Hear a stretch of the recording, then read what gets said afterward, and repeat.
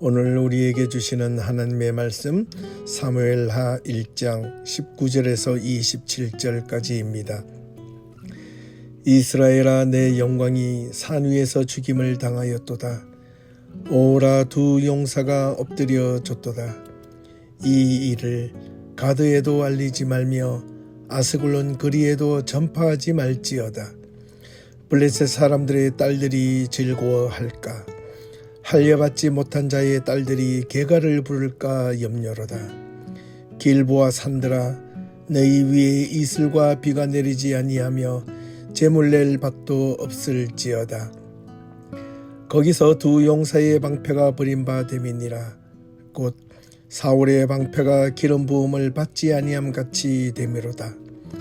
죽은 자의 피에서 용사의 기름에서 요나단의 활이 뒤로 물러가지 아니하였으며 사울의 칼이 헛되이 돌아오지 아니하였도다. 사울과 요나단의 생전에 사랑스럽고 아름다운 자이러니 죽을 때에도 서로 떠나지 아니하였도다. 그들은 독수리보다 빠르고 사자보다 강하였도다. 이스라엘 딸들아, 사울을 슬퍼하여 울지어다.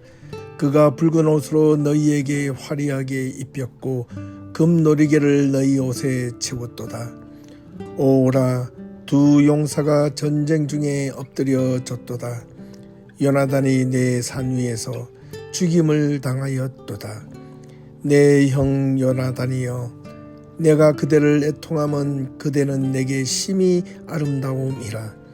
그대가 나를 사랑함이 기이하여 여인의 사랑보다 더하였도다. 오라, 두 용사가 엎드려졌으며 싸우는 무기가 망하였도다 하였더라. 아멘.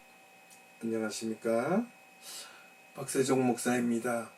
오늘도 수요 말씀을 통하여 우리 모든 예비교회 성도님들의 삶과 신앙이 항상 하나님의 말씀으로 이끌려짐을 받아서 언제나 흔들리지 않고 기쁨으로 충만한 삶이 될 수 있기를 간절히 소원합니다. 오늘 말씀은 사울의 죽음과 다윗의 비애라는 제목으로 사무엘하 1장 20절에서 27절을 중심으로 함께 말씀을 나누어 볼까 합니다. 우리가 성경의 스토리를 함께 듣고 배우는 것은 그저 이 성경의 스토리를 바르게 이해하는 것도 중요하지만 무엇보다 이 스토리를 통하여 하나님께서 이거 당시 간섭하시고 또 역사하시는 뜻이 무엇인지를 그것을 바르게 알고 또한 우리의 신앙과 삶 가운데서도 하나님이 어떻게 우리에게 역사하시기를 원하고 어떻게 하나님이 우리와 함께 동행하시며 하나님께서 우리와 어떻게 행하시기를 원하시는지 바르게 이해하고 그 뜻을 찾아서 우리의 삶에 실현되기를 바라는 마음 때문에 우리가 하나님의 말씀을 열심히 읽고 듣고 배워야 한다는 것입니다. 이제 지난주 다윗은 집요하게 다윗을 쫓아가며 다윗을 죽이려 했던 이 사울의 목숨을 두 번씩이나 살려주면서 그의 목숨을 살려준 이유는 다윗은 다름 아닌 이 사울이 그저 하나님이 세우시고 기름 부으신 자라는 그 사실, 그래서 자신의 손으로는 결단코 그 목숨을 해할 수 없다라는 것입니다. 그 행함은 바로 부당한 것이며 그것이 잘못이라고 다윗은 생각하기 때문에 자신이 사울로부터 온갖 역경과 고난을 당했음에도 불구하고 끝까지 고난과 역경을 이기면서도 사울의 생명을 해하지 않았다는 것을 우리는 지난주의 말씀을 통하여 볼 수 있었습니다. 이것이 신앙이요, 이것이 믿음이었다는 사실입니다. 그 결과 오늘 내용의 말씀으로 이어집니다. 우리는 보다도 정말 이 사울의 내용을 통하여 우리의 신앙을 다시 한 번 더 깊게 돌아보고 또 다윗의 신앙을 통하여 우리의 신앙이 어떤 삶을 살아야 될지 또 한 번 더 성찰해 보는 시간을 갖도록 하겠습니다. 특별히 오늘 내용을 통하여 사울은 어떻게 죽었으며 그의 아들 요나단 역시 어떻게 죽음을 당하게 되었는지, 그리고 이 소식을 들은 이 다윗은 어떤 반응을 보였는지 그 내용을 함께 살펴봄으로써 이 내용 가운데 우리가 가져야 할 신앙의 모습이 어때야 되는지를 다시 한 번 더 결단하는 복된 시간이 될 수 있기를 간절히 소망합니다. 먼저 사무엘상 31장 마지막 장에는 또다시 블레셋과의 이스라엘의 전투 장면이 이어집니다. 그러고 보니 참으로 이 블레셋과 이스라엘 백성들 간에는 참으로 기나긴 악연이 있었습니다. 지금도 이스라엘과 이 팔레스타인과는 기나긴 이 악연을 갖고 있습니다. 성경에서 언급되는 이 블레셋이라는 용어는 영어로는 플레스티네라는 이름으로 불려집니다. 지금으로 말하면 바로 팔레스타인을 말하는 족속입니다. 이 블레셋 족속은 팔레스타인이었습니다. 원래 가나안 땅에 정착하기 전에는 고대 사회에서는 지중해를 떠돌던 해양 민족 중의 일부로 가나안 땅 지중해 쪽에서 해안가에 정착하며 살았던 민족이었습니다. 사실 이스라엘 백성들이 가나안 땅에 들어오기 전에 이 블레셋 민족이 가나안 땅에 먼저 들어와 정착하며 살았던 것은 분명합니다. 그래서 이 블레셋 민족이 섬기고 있는 신, 그 신이 누구였지요? 바로 다곤 신이었습니다. 그런데 이 다곤 신상의 모습을 보면 반인 반어인 형상을 가진 신의 모습입니다. 상반신은 사람의 모습이고 하반신은 물고기의 모양입니다. 이것은 즉 그들의 원래 해양 민족이었다는 것을 알려주는 것이기도 했던 것입니다. 어찌되었든 간에 이 블레셋과의 이스라엘 민족 간의 전쟁은 가나안 족속들 가운데서도 이스라엘 백성들의 가나안 땅에 정착하며 살았을 때 가장 많이 부딪히며 가장 많이 전쟁을 하였던 두 민족 간의 싸움이었습니다. 역시나 다를까 이 블레셋 사람들이 이스라엘 향하여 쳐들어옵니다. 이스라엘 백성들이 이 사울을 중심으로 다시 길보아 산에서 전투를 벌이게 되었으나 이제는 아주 엄청나게 대패를 하게 되었습니다. 길보아 산으로 도망해 보지만 대부분 이스라엘 백성들은 그곳에서 죽게 되었습니다. 이때 함께 전장에 나간 사울과 그의 아들들도 그 전투에서 그만 모두 패배하고 도망을 가다가 먼저 사울의 아들 요나단과 아비나답과 말기수아가 블레셋 사람들의 손에 의해 그만 죽임을 당하고 말았습니다. 이 사무엘상 31장에 의하면 사울도 패배하여 도망가다가 뒤에서 활 쏘는 자에 의하여 그만 중상을 입게 되고 말았습니다. 그러자 사울 곁에 있는 무기를 든 자를 향하여 사울이 이렇게 말을 합니다. 그대는 너의 칼을 빼어 나를 찔러 죽이라 하나. 그 곁에 무기를 든 자가 사울의 왕을 요청한 대로 사울을 죽이지 못하고 그만 두려워 벌벌 뜹니다. 그러게 감히 그렇게 사울을 죽이지 못하고 떨고 있자 사울은 자기의 칼을 뽑아 그 위에 엎드려져 죽었다는 것입니다.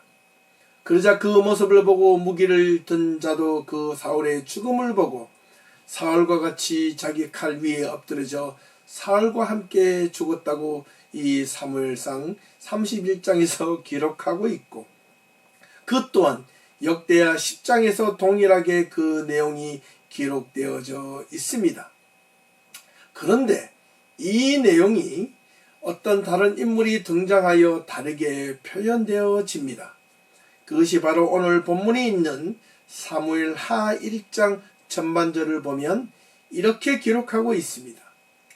사울이 죽은 후에 다윗이 아말렉 사람을 친 뒤에 다윗이 시글락에 머물러 있을 때 사흘째 되던 날 어느 한 사람이 사울의 진영에서 겨우 살아 돌아오게 되었는데 그의 옷은 찢어졌고 머리에는 흙이 묻어져 엉망진창이 되었다는 겁니다.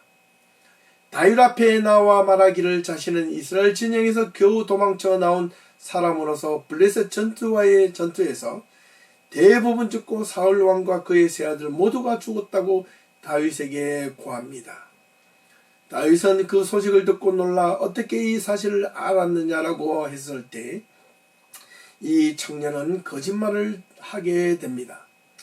길보아 산에 올라가 보니 사울이 자기 창에 기대고 병거와 기병들이 급히 따라오는 것을 보았는데 사울이 뒤를 돌아보아 나를 보고 부르기로 가서 자신이 아말렉 사람이라고 말하자 자신이 부상당하였으니 자신이 아직 목숨이 붙어있기에 자신을 죽여달라고 요청하여 그가 살 수 없을 것 같아서 그 사울을 곁에서 죽이고 그의 머리에 있는 왕관과 팔에 있는 고리를 벗겨 다윗에게 가져왔노라고 말하였던 것입니다. 그러고 보니 앞서 있는 사무엘상 31장의 내용과 역대하 10장의 내용과는 다른 이야기를 지금 이 청년 아말렉 사람은 하고 있는 것입니다. 다윗은 이 소식을 듣고 자기 옷을 찢으며 다윗 주변에 있는 모든 이들과 함께 옷을 찢고 사울과 그 세 아들을 위하여 여호와의 백성과 이스라엘 족속의 모두가 이 블레셋 칼에 죽임을 당한 것을 애통해하며 저녁까지 슬퍼하며 울며 금식하였다는 것입니다. 그리고 다윗은 그 소식을 전한 자가 너는 어느 사람이냐고 묻습니다. 그러자 이 청년은 자신은 아멜렉 이방 사람이고 자신에게 이렇게 다가왔다고 이렇게 말을 하자 다윗은 화를 내며 진노를 하며 네가 어찌하여 여호와의 기름 부음 받은 자를 죽이기를 두려워하지 아니하였느냐라며 다그치며 이 청년을 죽이기로 결심하며 죽이게 하였습니다. 이 아말렉 사람은 앞선 제가 방금 말씀드렸지만은 사무엘상 31장의 내용을 보면 분명 사울은 자신이 옆에 있는 무기를 든 자가 죽여달라 했지만 죽이지 않자 자신이 자신의 칼에 엎드려져 죽었다고 기록하였습니다.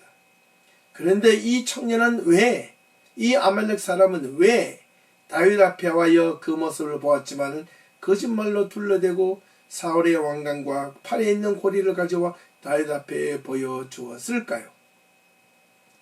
그것은 분명 이 아말렉 사람은 사울의 왕관과 그 사울이 끼고 있던 팔의 고리를 가져다 주면 다윗이 기뻐하며 칭찬하며 상을 줄 줄로 알았던 모양입니다. 이 다윗의 모습을 전혀 다윗의 마음을 읽지 못하고 다윗을 오히려 자신의 행함으로 인하여 이 거짓말로 인하여 다윗의 칭송과 칭찬과 상급을 발휘했던지도 모릅니다. 가만히 보십시오. 우리도 이러한 상황에 어쩌면 신앙 가운데 생각을 할지 모릅니다. 누군가의 원수, 자신의 원수를 대신 죽이고 그에게로 가면 칭찬하거나 후한상을 받을지 모른다고 생각할지도 모른다는 것입니다. 어쩌면 교회 안에서도 사회에서도 서로 사랑하며 화목하게 지내야만 하는데 각자 자신의 이익과 생각 때문에 서로를 시기하고 미워하는 자들이 있다 보면 때로는 그 사람이 없었으면 하는 마음이 있는지도 모릅니다. 그러나 세상 사는 것 모두가 예전이나 지금이나 별다를 바가 없는 것 같아 보입니다. 사람 사는 인간관계에서는 자신의 정적이 없어지면 그 다음에 모든 삶은 행복하고 편안한 삶이 이루어질 줄로 알았던 모양입니다. 그렇지 않습니다. 자신의 평생의 정적이라고 생각했던 그 정적이 없어지면 또 다른 정적과 또 다른 고난과 어려움과 고난이 오기 마련입니다. 왜 그런지 몰라도 그것이 바로 인생인 것 같습니다. 그렇기 때문에 더더욱 우리는 그것을 없애려고 애써 노력하거나 몸부림을 치지 않아도 된다는 것입니다. 그 모든 것들이 하나님의 뜻 가운데서 그것을 하나님의 손에 맡기며 오히려 자신은 온갖 고난과 역경이 있을지라도 그것이 고난이나 역경이라 생각하지 않고 하나님의 뜻을 쫓아가는 믿음의 과정이라고 생각하며 우리가 해야 될 믿음의 본분, 신앙의 본분을 다하는 것이 우리가 신앙인으로서 지켜야 할 삶의 모습이 아니겠습니까? 우리가 진정으로 함께 해야 할 그 상황, 우리도 어쩌면 이런 상황 가운데 놓여질 때 우리가 신앙을 어떻게 하나님 앞의 모습으로 비추어야 될지 우리가 깊이 생각해 볼 수 있는 대목이라 말할 수 있겠습니다.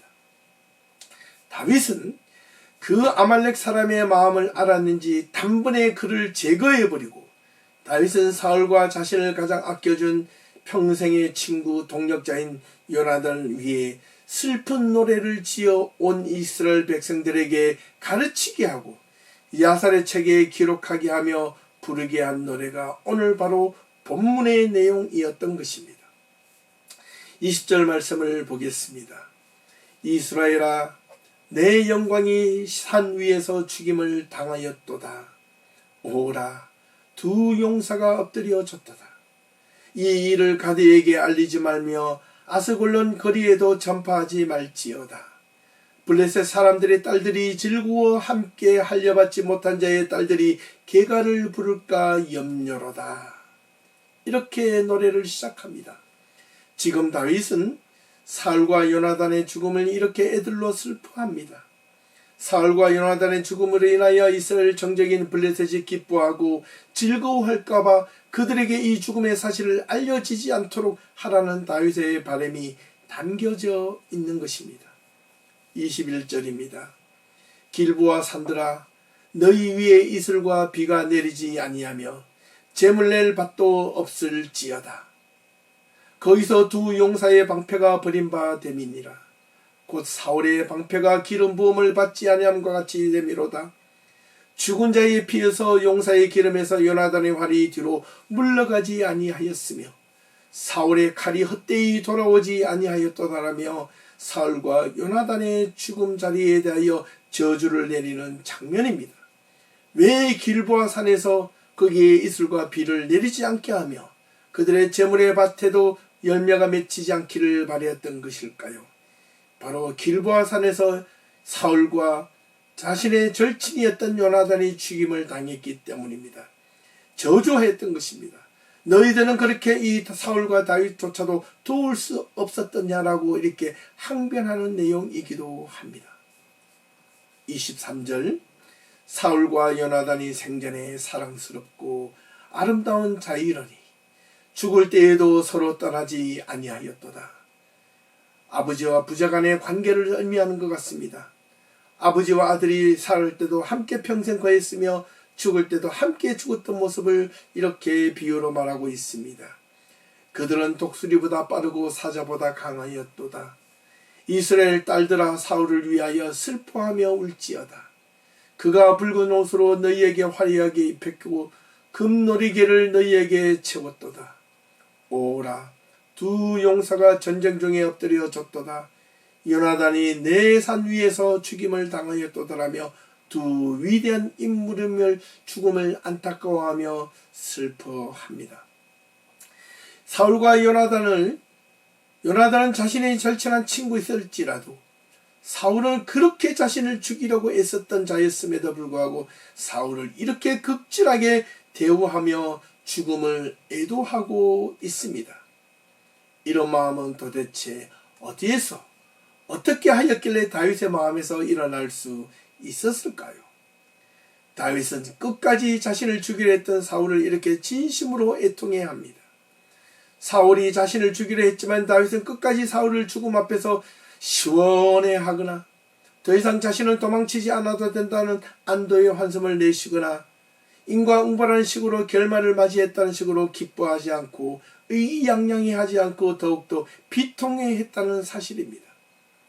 이것은 바로 사울이 죽을 때까지도 사울의 모습과 다윗의 모습을 극명하게 비교해 줄 수 있는 다윗의 자질이 어떠했는지를 우리가 볼 수 있습니다. 그리고 자신의 영원한 친구이자 동력자였던 요나단, 자기 아버지 사울이 다윗을 죽이려 할 때 이 몰래 다윗에게 자신의 목숨을 살려주었고, 그렇게 살려주었지만 정작 다윗 자신은 요나단이 그의 목숨을 살려주지 못한 것에 대한 자책과 비통함을 슬피 울며 애통해하며 이렇게 노래를 불렀던 것입니다. 사울을 끝까지 하나님의 기름 부음 받는 자로 칭송하며 그를 끝까지 대우를 다하는 사울의 모습에서 우리의 신앙과 우리의 삶을 돌아보게 만듭니다. 우리는 우리를 해하는 자들이 있을 때마다 힘들어하면서 그가 없어지거나 아휴 저 사람이 하나님의 벌을 받았으면 좋겠다라고 그렇게 원망의 기도를 했는지도 모릅니다.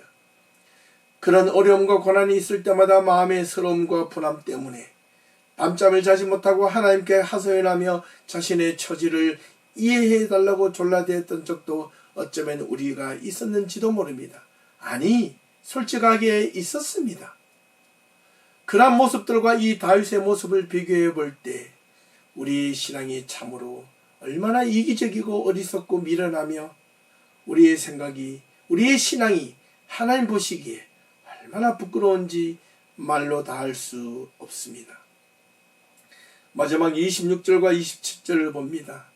내 형 요나단이여, 내가 그대를 애통함은 그대는 내게 심히 아름다움이라. 그대가 나를 사랑하며 기이하며 여인을 사랑함보다 더하였도다.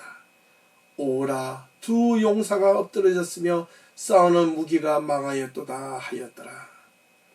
이렇게 끝까지 자기의 동력자, 자기의 가장 친했던 우정을 지켰던 요나단을 그리워하며 슬퍼하였고, 또 사울을 그리워하며 사울의 민방해하며 애통해하며 슬퍼하며 이 두 용사를 끝까지 위로하며 지켜 세웠던 이 다윗의 모습을 살펴볼 수 있습니다. 끝까지 마지막에는 자신의 가장 우정 어린 친구자 동력자이던 이 요나단을 향한 그리움과 이 애절함이 묻어 있습니다. 앞서 언급한 대로 요나단은 자신의 생명을 지켜주었지만 자신은 요나단의 생명을 지켜주지 못한 회한과 죄책감과 여기에서 무엇보다 더 많이 묻어나온다는 것을 우리는 알 수 있습니다.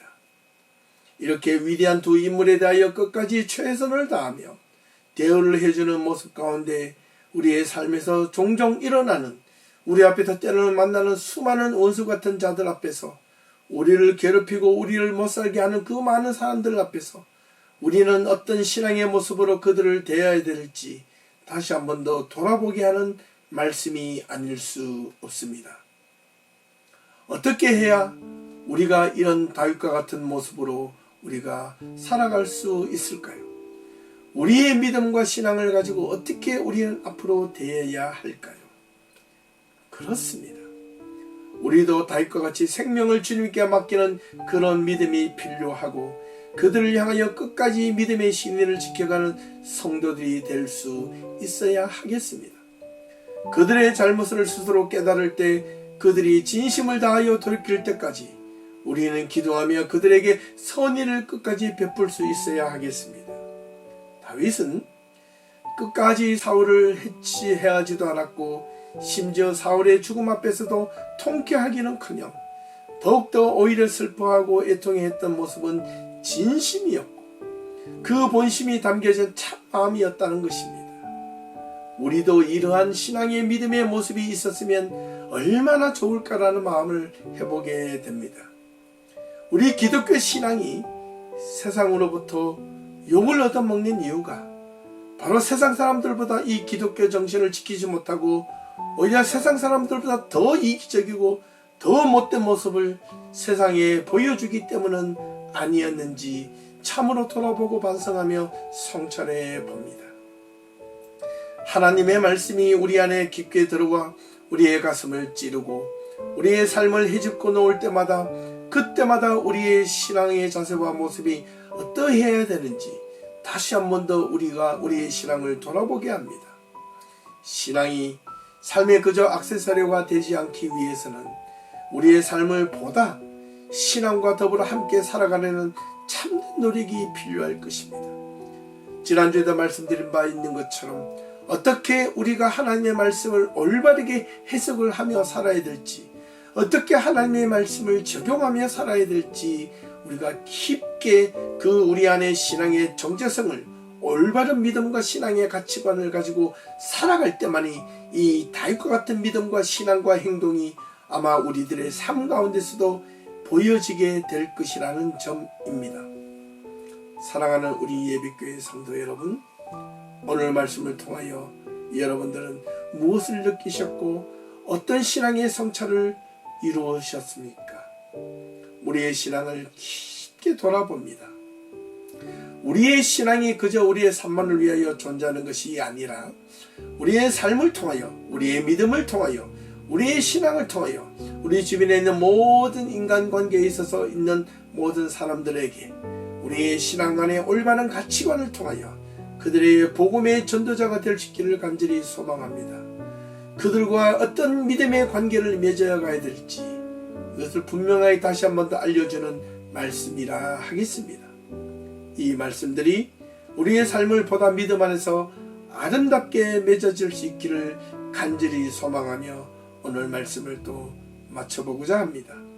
남은 한 주간도 주님의 은혜 가운데 또한 하나님의 은혜 가운데 이 말씀이 여러분의 삶을 이끌어가되 여러분의 삶의 이익을 위하여 단지 여러분의 하나님의 말씀이 여러분의 삶의 도구만이 되지 않기를 간절히 소망하며 그렇게 믿음 가운데 하나님의 말씀을 쫓으며 살아가다가 그 가운데 어우러지는 하나님의 은혜가 풍성하게 채워지는 그런 남은 한 주간이 될 수 있기를 주님의 이름으로 축원합니다. 감사합니다.